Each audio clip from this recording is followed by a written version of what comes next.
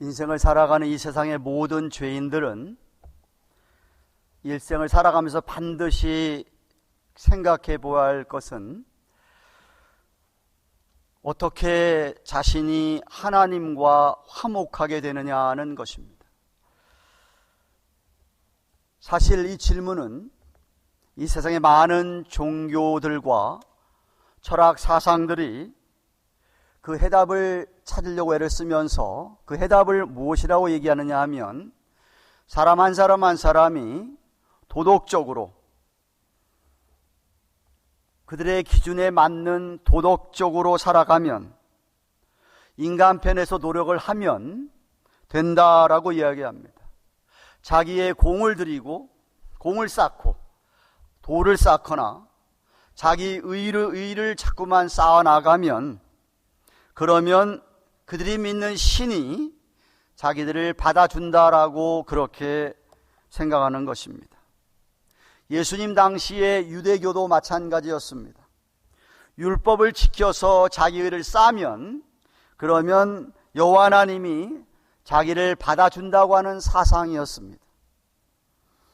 그러나 타락한 죄인이 노력을 한다고 해서 거룩한 하나님 앞에 바로 설 수가 있을까요?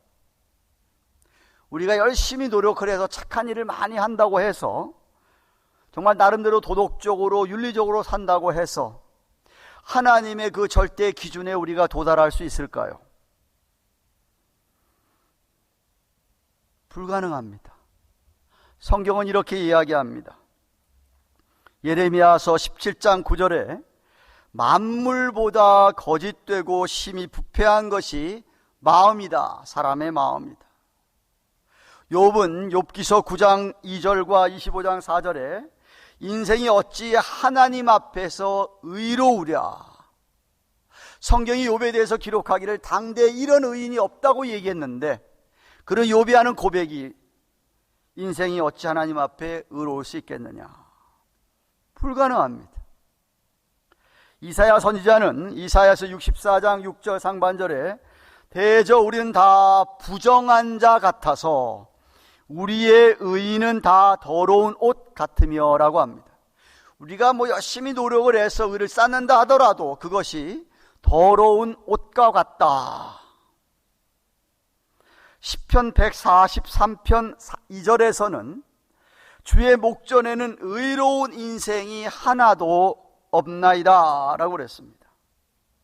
그렇기 때문에 여러분이 꼭 아셔야 할 것은 신약의 가르침과 마찬가지로 구약에서도 우리에게 가르쳐주는 게 뭐냐, 구약의 백성들도 하나님을 믿음으로 말미암아 의롭게 되는 것이지 자기들이 율법을 지켜서 의롭게 되는 것이 결코 아니었다라는 것입니다. 오직 믿음으로만 하나님의 의가 주어지고 하나님의 의가 전가되어서 의롭다 하게 된다는 말씀입니다. 이사야서 53장에서 이야기하는 오실 메시아가 고난의 종으로 오셔서 그 메시아가 인간의 죄를 위하여 십자가에 피 흘려 돌아가신 그 사실을 믿는 사람, 예수님의 희생으로만 가능하게 되는 것이 의롭게 되는 것이라는 말씀입니다. 믿으십니까? 그러니까 인간이 아무리 노력을 한다 하더라도 거기에는 도달이 불가능한 겁니다. 누가복음 18장에 들어와서 재림을 기다리며 종말을 살아가는 성도들이 이렇게 신앙생활을 해야 된다는 것을 가르쳐주고 있는데 지난 주일에 살펴본 1절에서 8절까지 말씀에서 마치 불의한 재판관 앞에 한 과부가 끈질기게 찾아가서 강청하는 바람에 과부의 억울함이 해결되었듯이 마지막 때를 살아가는 성도들은 우리 주님의 재림을 간절히 기다리며 이런 믿음으로 하나님의 공의가, 하나님의 정의가 나타나기를 밤낮 간구해야 한다고 했습니다. 주님 오실 때 이런 믿음을 보겠느냐라고 8절 하반절에 있는 말씀을 우리가 기억합니다.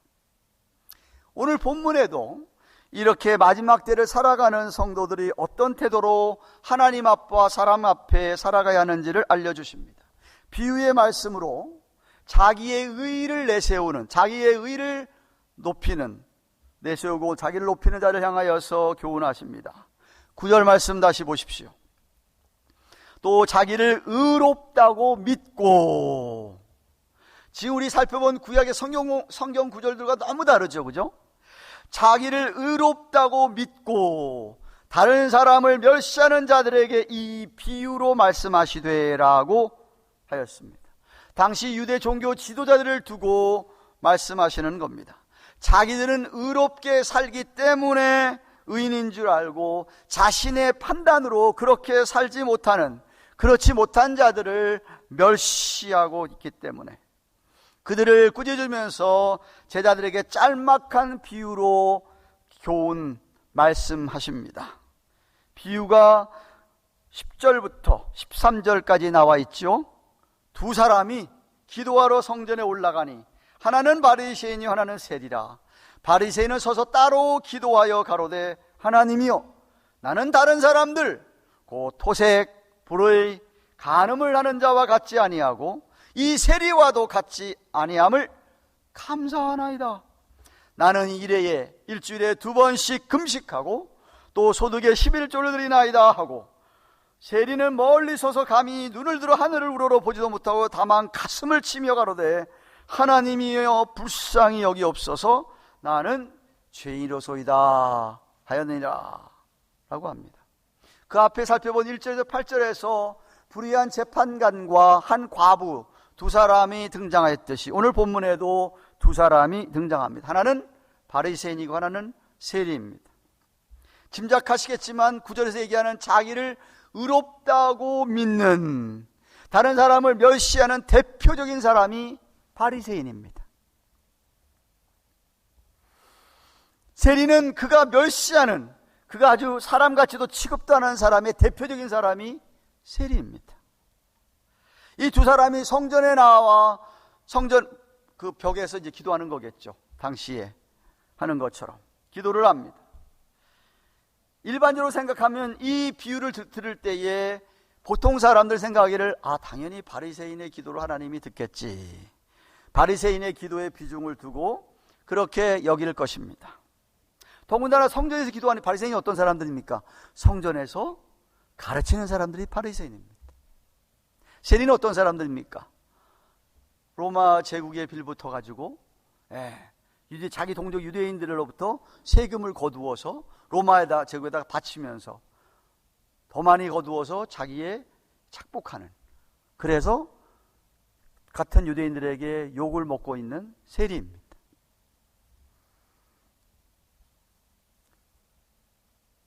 성전에서 기도한다. 바리새인들은 꼬박꼬박 성전을 위하여서 헌금을 하죠. 성전세를 바치고. 세리는 돈을 거두어서 로마 제국에다가 바칩니다. 그죠? 네. 얼마나 비교가 됩니까? 그러니 정말 성전에서 세리는 감히 고개조차 들 수 없는 그런 사람입니다. 그런데 두 사람의 기도를 보십시오. 바리새인은 자기의 의의를 내세웁니다. 자기 자신에 관해서 기도하고 있습니다. 하나님을 찬양하는 것도 없고요. 내가 다른 사람보다 낫다는 것을 하나님 앞에 이렇게 자랑합니다. 자기는 토색, 도둑질, 강도질을 하지도 않았고, 자기는 불의한 일도 안 하고 있고, 간음하다 그런 것도 안 하고 있다. 그거 자랑합니다. 난 일주일에 2번씩 금식하는 거 자랑합니다. 11조도 하고 있다고 자랑합니다. 그것을 오히려 그렇게 할 수 있다는 걸 자기가 하나님 앞에 자랑하며 나는 당연히 하나님께 복을 받을 자격이 있다는 식으로 기도합니다. 즉 자신의 모든 종교적인 행위를 설명하며 자신을 찬양하죠. 모든 공을 자기에게 돌리는 겁니다. 하나님께 돌리는 게 없습니다. 오히려 하나님께 아첨합니다. 이렇게 하니까 복 주셔야 되지 않겠냐고. 그런데 세리의 기도는 어떻습니까?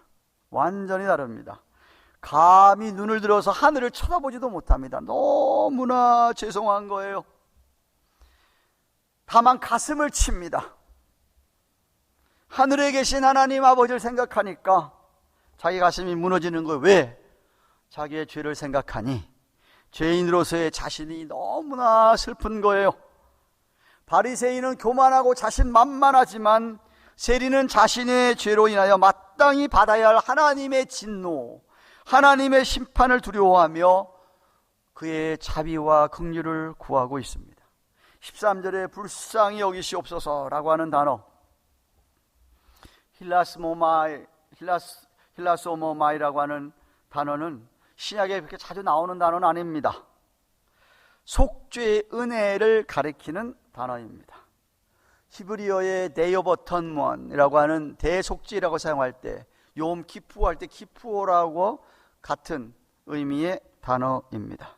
사도 바울 로마서 3장 25절에 하나님이 예수님을 화목제물로 세우셨다고 했을 때 이 화목제물, 힐라스테이리온 하는 말에 이 단어의 어근을 사용했습니다. 그러니까 세리의 기도는 뭐냐 하면 자신이 죄인이니 죄를 용서해달라고. 실제로 이 단어의 뜻은 죄를 덮다, 속죄하다는, 죄를 덮어, 하나님께서 내 죄를 정말 덮어주셔서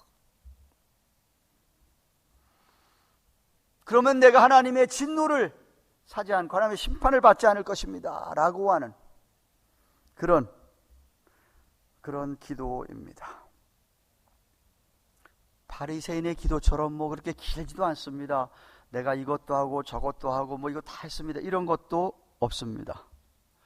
바리새인처럼 뭐 주장할 것도 없습니다. 아무것도 주장할 것도 없고 자기가 믿음이 있다는 믿음을 나타내는 말도 없습니다.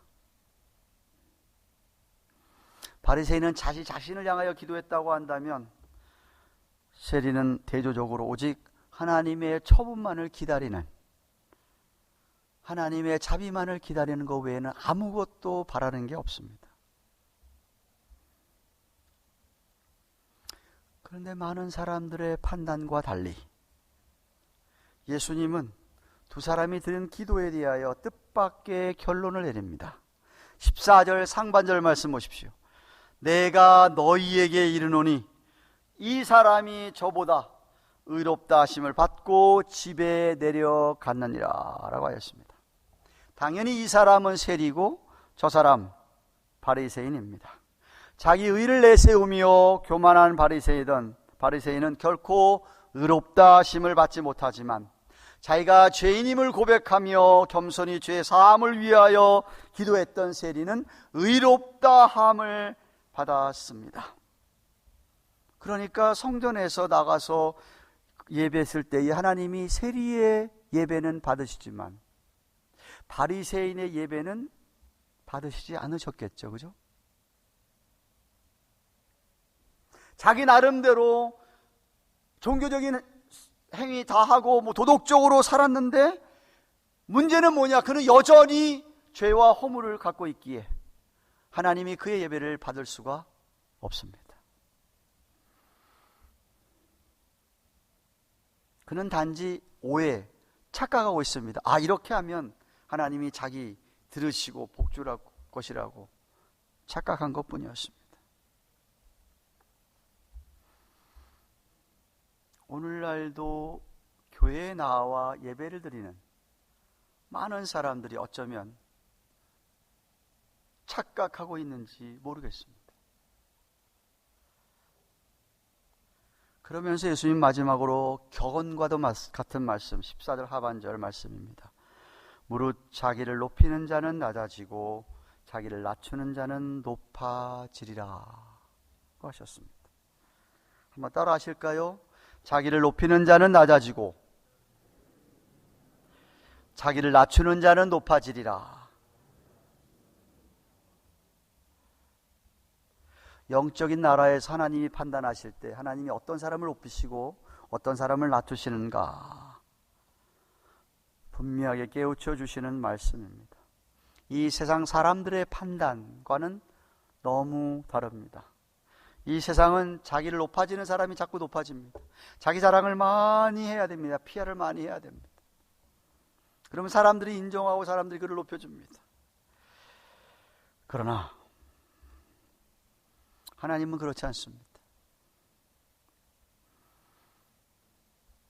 어떤 사람을 하나님이 기뻐하시는지, 어떤 사람을 하나님이 좋아하시는지 잘 깨우쳐 주시는 비유의 말씀입니다.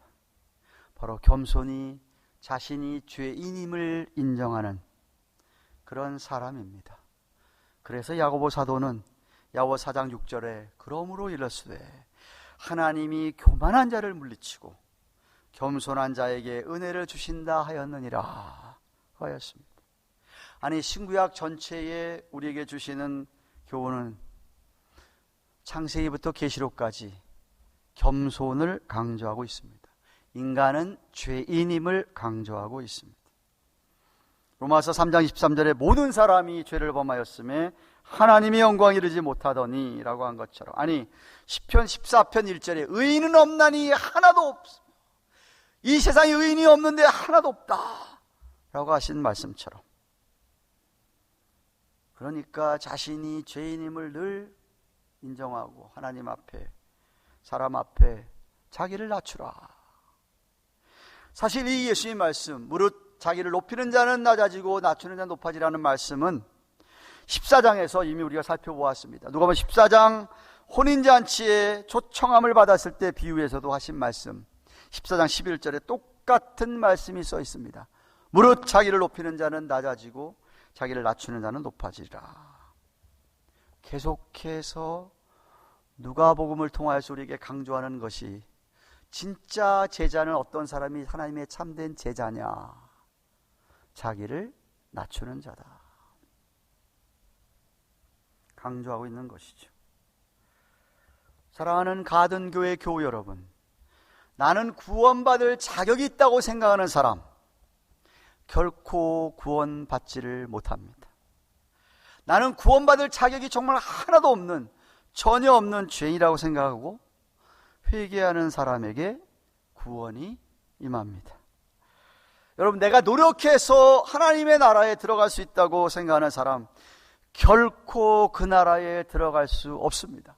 이 세상 어느 누구도 열심히 노력해서, 정말 열심히 착하게 살아서, 도덕적으로 윤리적으로 살아서 하나님 나라에 들어갈 수 있느냐? 천만의 말씀입니다. 아무리 노력해도 안 됩니다. 인간이 하나님께 그렇게 해서 도달할 수가 없습니다. 공을 아무리 쌓는다 하더라도, 아무리 의를 쌓는다 하더라도 불가능합니다. 죄인이 하나님께 나아갈 수 있는 길은 오직 한 길밖에 없습니다. 화목제물이신 예수 그리스도의 피로 죄의 구속함을 받는 길밖에 없습니다. 이 진리를 믿어야만 합니다. 그래서 내가 대속의 은혜가 정말 필요한 줄로 깨닫고 이 세리처럼 겸손하게 회개하고 주여 하나님이여 나를 불쌍히 여겨 주시옵소서 하는 사람만이 구원을 받을 수가 있습니다. 아마도 여기 앉아있는 오늘 이 아침에 예배하는 모든 분들은 다 그렇게 처음 예수님을 만나 믿을 때에, 회개하고 주님을 받아들일 때에 그렇게 자신을 낮추어서 철저히 죄인임을 깨닫고 회개하여 예수님을 마음에 모셔드렸다고 믿습니다. 그 시간 이후로 여러분 안에는 성령님이 계신데, 그 성령님이 여러분 안에 계시면서 그렇게 처음 믿을 때뿐만 아니라 계속해서 여러분 가운데 역사하셔서 여러분을 낮추시고 계십니다.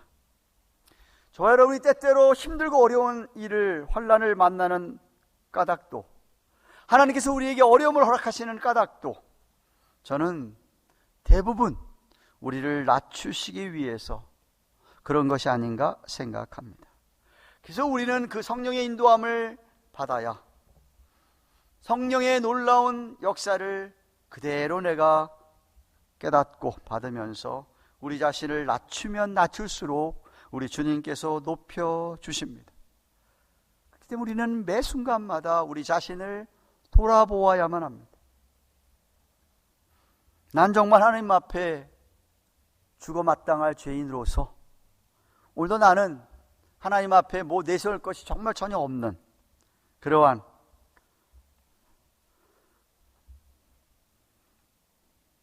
내 자신의 모습인지 점검해 보아야 합니다. 자꾸만 그렇지 않으면 교만이, 자만이 고개를 들고 내 마음을 자꾸 주장하려고 하진 않는지. 뭔 일을 좀 했다고 그래서 바리새인처럼 이것도 하고 저것도 하고 다른 사람보다 낫게 했는데 하나님 하면서 당연히 하나님께 내가 복을 받아야 마땅한 사람이라고 주장하면, 생각하면 곤란합니다. 나는 예배를 꼬박꼬박 참석한다고, 11조도 한다고, 좀 착하게 살고 남을 좀 도와준다고 해서 바리새인처럼 자랑하면 안 됩니다. 그것들은 당연히 해야 되는 겁니다. 예수 믿는 사람이 당연히 해야 될 일이죠. 당연한 일을 하고서는 자랑한다? 이게 말이 되겠습니까? 당연히 할 것을 하고 하나님, 다 하나님의 은혜입니다 라고 해야 하지 않겠습니까? 마치 누가복음 17장 10절 말씀, 이와 같이 너희도 명령받은 것을 다 행한 후에 이르기를 우리는 무익한 종입니다, 우리 하여야 할 일을 한 것뿐입니다 라고 해야 되지, 그게 어디 자랑할 게 되냐는 말입니다. 그게 뭐에 우리가 내세울 것이냐는 말이었습니다. 난 새벽기도 매일 드린다고, 난 나가서 다른 사람은 하지 난 전도도 하고 있다고, 나는 그래도 은밀하게 구제도 많이 한다고, 그러면서 다른 사람에게 자랑을 한다던가, 하나님 나 그런데 나 축복해 주셔야 되지 않겠습니까? 라고 하나님께 때를 쓰면 안 된다 이 말입니다. 다른 사람은 하고 싶은데, 다른 사람은 새벽 기도를 드리고 싶어도 못하고, 다른 사람은 전도하고 싶어도 나가서 그렇게 담대히 못하고, 다른 사람은 돕고 싶어도 잘 못하고 있는데, 하나님이 나에게 은혜를 주셔서 내가 매일같이 새벽 기도도 나올 수 있고, 나가서 난 전도도 할 수 있고 선교도 할 수 있고, 나는 그렇게 구제도 할 수 있게 했다고 한다고 그냥 감사해야죠. 감사할 밖에 없죠. 감사. 그게 자랑거리가 아니라는 말씀을 하고 있는 겁니다. 오늘 본문의 바리새인의 큰 잘못 중에 하나가 뭔지 아십니까? 다른 사람과 비교하는 거예요. 비교하는 거예요. 가만 생각하면 내가 저 사람보다 낫다 이거야. 저 친구는 모르긴 몰라도 도둑질도 하고 거짓말도 하고 사기도 치고 불의한 짓 다 하고 간음도 하고, 자기는 그렇지 않다 이거죠. 나는 저 사람과 달리 일주일에 2번씩은 꼭박 금식도 하고 헌금도 잘하니까 저 사람보다 내가 낫지. 그게 바리새인의 큰 문제였던 것이었어요. 자기는 여러 가지 종교 행위를 하고 있으면서 내세울 게 있다고 생각하는데 저 세리는 그렇지 못하니까, 내가 더 잘하고 있다고 생각하니까 자랑이 되는 것이죠. 하나님 보시기에는 전혀 그렇지 않은데, 실제로 세리를 얼마나 알고 있을까 그 사람이, 세리의 마음을 얼마나 알고 있을까? 쉽게 판단하는 것이죠. 우리는 결코 다른 사람을 제대로 판단하지 못합니다. 그 사람의 속내를 우리가 얼마나 압니까? 그래서 예수님께서 산상수훈 첫 설교에서 마태복음 7장 1절에 비판을 받지 아니하리라, 이 비판은 판단이라는 얘기입니다. 비판을 받지 아니하리라 그러면 비판하지 말아라, 판단하지 말아라. 너희의 비판하는 그 비판으로 너희가 비판을 받을 것이고 너희의 그 헤아림으로 너희가 헤아림을 받을 것이라 하고 그랬습니다. 사도 바울도 로마서 2장 1절과 로마서 14장 10절에 똑같은 맥락의 이야기를 했어요. 다른 사람 판단하지 말아라. 그 이야기는 쉽게 얘기하면 다른 사람과 비교하지 말아라는 거예요. 비교할 수가 없다는 것이죠. 이렇게 바리새인처럼 다른 사람과 비교하면서 자기 자신을 과대평가하는, 이게 참 교만이고 문제이지만, 저는 언젠가도 얘기했지만 자신을 과소평가하는 것도 교만의 일종이라고 생각하는 사람입니다. 하나님의 아버지께서 아주 귀하게 여기고 소중하게 여기는 하나님의 자녀인데, 하나님의 아들과 딸들인데 다른 사람과 비교하면서 괜히 열등감을 가지고 자기 자신을 학대하는 것, 왜 그렇죠? 자기를 높게 생각하고 있기 때문에 거기에 못 미치니까, 다른 사람과 비교하면서 못 미치니까 열등감을 갖는 거예요. 그게 제가 교만의 일종이라고 얘기하는 거예요.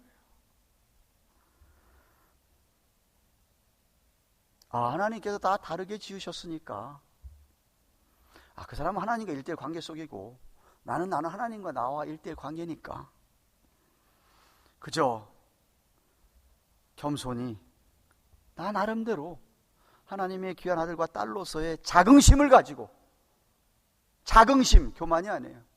하나님이 나를 얼마나 귀하게 여기시는데 하는 그 자긍심을 가지고 하나님 앞에 내가 성령 인도를 받으며 감사하며 사는 것이 그 겸손한 사람인 거예요. 여러분이 우리가 비교할 사람은 딱 이 사람들밖에 없어요. 어떤 사람들? 성경에 나와 있는 우리 믿음의 선배들밖에 없어요. 우리가 그들과 비교하면서 내게 부족한 것들을 생각하고, 거기에 비교하면서 내가 나 자신을 돌아보는 것이고 나아가는 것일 뿐이지, 그 믿음을 쫓으려고 하는 것 뿐이지, 이 세상의 어떤 사람과는 비교할 이유가 없다 이 말입니다. 사랑하는 여러분, 말씀을 했습니다. C.S. 루이스 다 아시잖아요. 그가 쓴 유명한 책, 순전한 기독교, Mere Christianity라는 책이 있습니다. 예수 믿는 사람 꼭 한 번씩 꼭 읽어보아야 할 책인데, 거기에 이런 말씀을 써 있습니다.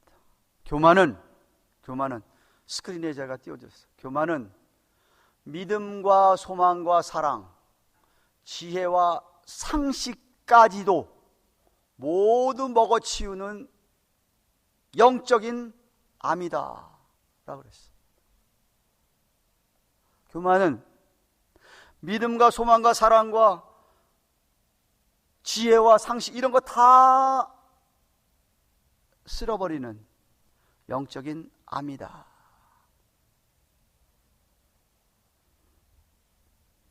우리는 그저 매 순간 오늘 말씀, 나를 하나님께서 자기 높이는 사람은 낮아뜨리고 자기를 낮춘 자가 높여주신다고 하는 이 말씀, 매 순간 이 말씀을 기억하시고, 우리 하나님은 나를 자꾸 낮춰야 되는구나, 그래야 결국 나를 나중에 높이시는 거라고 생각하십시오.